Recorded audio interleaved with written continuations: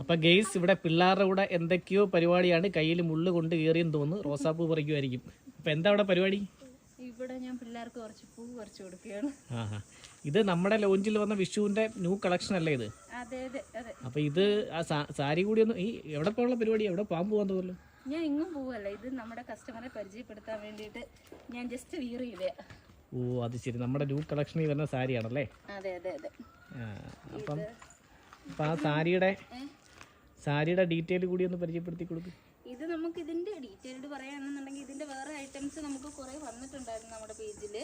അപ്പോൾ അതൊക്കെ പെട്ടെന്ന് തീർന്നായിരുന്നു. പക്ഷെ അതൊക്കെ ഇത്രയും ഷെയ്ഡ് ഇത്രയും ഡാർക്ക് കളർ അല്ലായിരുന്നു കേട്ടോ. അപ്പോൾ ഇത് കറക്റ്റ് ഗോൾഡ് കളറിൽ തന്നെയാണ് വന്നിരിക്കുന്നത്. അതേപോലെ തന്നെ എൻ്റെ ഹൈലൈറ്റ് നോക്കി വലിയ പോംപോമാണ് ഉണ്ടാ, വലിയ പോംപോമാണ്. അതേപോലെ ഇതിൻ്റെ ആ പല്ലുവിൻ്റെ ഡിസൈൻ കണ്ടോ, നല്ല ഭംഗിക്കാണ് വന്നിരിക്കുന്നത്. ലിമിറ്റഡ് പീസസ് ആണ് വന്നിരിക്കുന്നത്. നല്ല ഡാർക്ക് ഗോൾഡാണ് കേട്ടോ. നമുക്ക് ഇതിന് മുൻപേ വന്നിരിക്കുന്ന രണ്ട് ഇതെന്ന് പറയുന്നത് കുറച്ച് ലൈറ്റും അതിൻ്റെ ഒരു ഷെയ്ഡ് ഫ്രണ്ടിലോട്ട് വന്നിരിക്കുന്നത്. ഇതെന്ന് പറയുന്നത് നല്ല കറക്റ്റ് ഡാർക്ക് ഗോൾഡ്. ഈ സെയിം കളറിൽ തന്നെ നമുക്ക് സാരി വന്നിട്ടില്ലേ?